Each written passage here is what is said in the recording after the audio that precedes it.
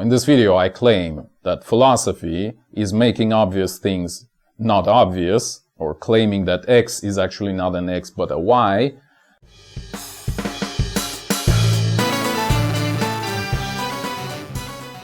Greetings, this is Eugene the Philosopher, the greatest living philosopher after the unfortunate passing of Quentin Robert D. Nameland, who has been the greatest living philosopher before me. Let's talk about what is philosophy, but firstly, let's mention what it isn't. So, in various definitions that I've came across over the years, like they usually always say something like, oh, philosophy is the most general blah, or the philosophy is the most fundamental blah, right? So, I would say, no, it's not what philosophy is, alright? It kind of is both those blahs, right? But only as a consequence of what it actually is. And obviously I'm gonna tell you what it actually is, alright? So it's just a consequence, alright? Well, these definitions that various, I don't know, encyclopedias give to you. Or sometimes you can even hear people say, well, philosophy is science about blah, blah, blah. Well, no. Just don't, alright? Philosophy is not science, it's not even close, as we've said many times over and over on this channel. Science is about if-then type of statements. Philosophy is never about if-then type of statements. In fact, philosophy is always about X is Y type of statements, if you wish. So it's not even close to be science, alright? So this is just demonstrably not true. Neither of these statements of this sort, alright? So, okay, alright, then you might ask, well, what philosophy actually is? And I'm gonna tell you right now. So, philosophy it's not really a definition, but it's as good as a definition as you may come across. So, philosophy is an approach to the world which says that things aren't what they seem, period. This is pretty much what philosophy is. So, philosophy is an approach to the world which says X is actually not X, which everything thinks X is an X, but it's not actually an X, it's rather a Y, right? Alpha is not actually alpha, it's actually a beta. This is what philosophy is in a nutshell. It's essentially this approach sort of fueled by some sort of fundamental doubt about the world, that things aren't what they seem, alright? So this is what drives philosophy.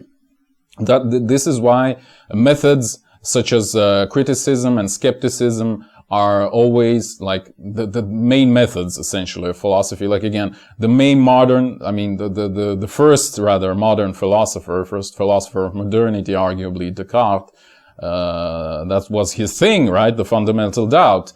So yeah, and it demonstrates clearly the essence of philosophy and at least its origins, alright? In the cultural, socio-psychological type of way, if you want to know if you know what I mean, rather. So yeah, so the essence of philosophy is reinterpretation of well-known things, rather than, you know, invention or discovery of any new things. So it's a reinterpretation of your everyday experience. You observe X every day, but a philosopher comes and says, hey, your X is actually a Y. And this is the essence of philosophy. Hopefully you can see what I'm saying here.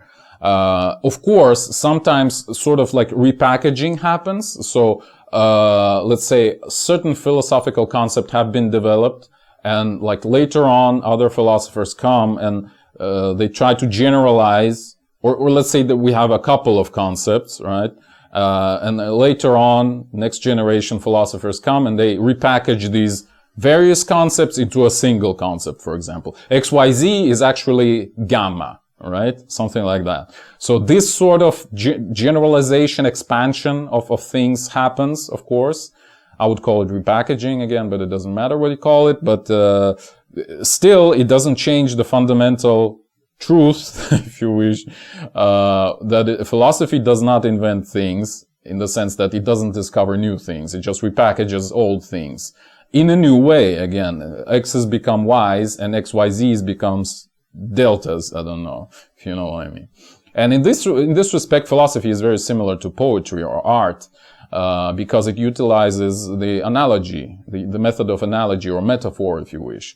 All right. But where art or poetry or any sort of art actually sort of utilizes analogies again metaphorically, kind of, you know, it pretends to make a comparison, and it knows, it pretends in making a comparison, and you get a positive emotion just from, you know, like the unexpected character of it or whatever, or the beauty of the situation, etc., etc. Whereas philosophy actually says, all right, X is Y, period. Like, it actually is. X actually is Y. So it's different from poetry in this respect, that it's actually serious about it. If you wish, philosophy is a poetry that takes itself seriously, right? Something like this. Which is kind of ridiculous if you think about it. Which is one of the reasons why I don't call myself a philosopher, but a philosopher again. Sometime recently, some other people have started asking me this question, like, why, are you sure you are a philosopher? No, I'm a philosopher. Like, there's a big difference between those things, right?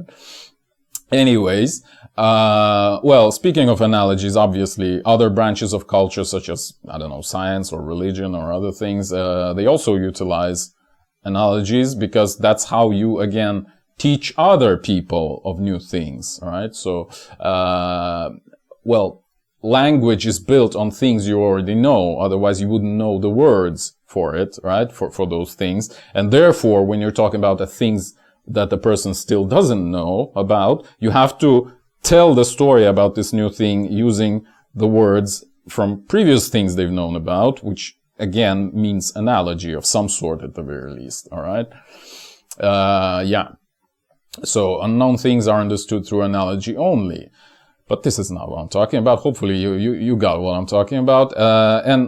This is why, again, I mean, returning to what philosophy is kind of a new way of looking at old things, if you wish. So this is why another method was very prominent in philosophy, at least philosophy of modernity, which is like invention of some sort of second world, if you wish. A more true world, a world of ideas, a world of Ding an sich, you know, the world of things on their own.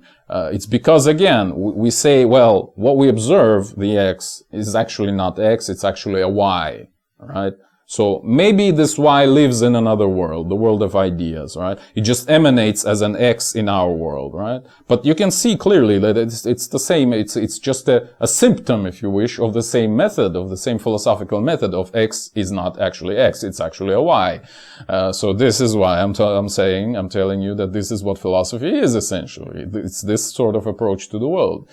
At some point I wanted to make a video called Backwards Thinking. I'm not gonna make it probably anymore because, well, there isn't much to talk about there, but I'll talk about it here for that matter.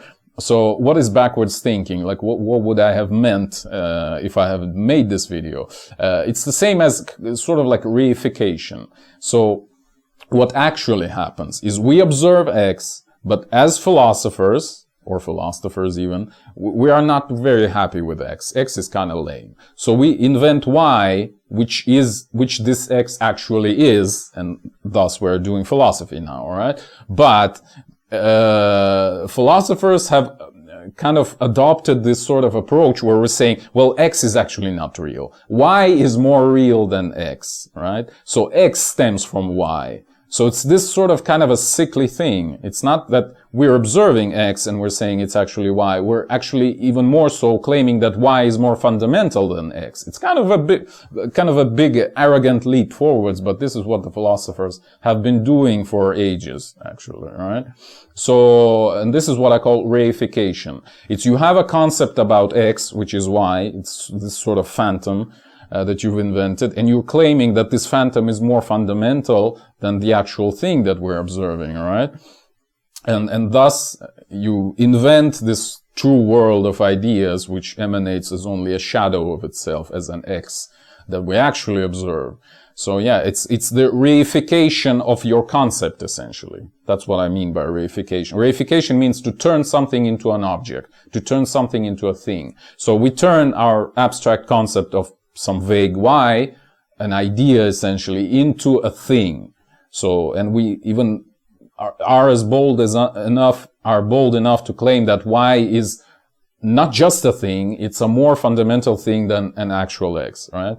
That's what I mean by backwards thinking. We sort of sublimate some traits of X into a Y, and then we're saying, well, wait, this Y is actually even more fundamental than X itself. This is what I call backwards thinking or reification.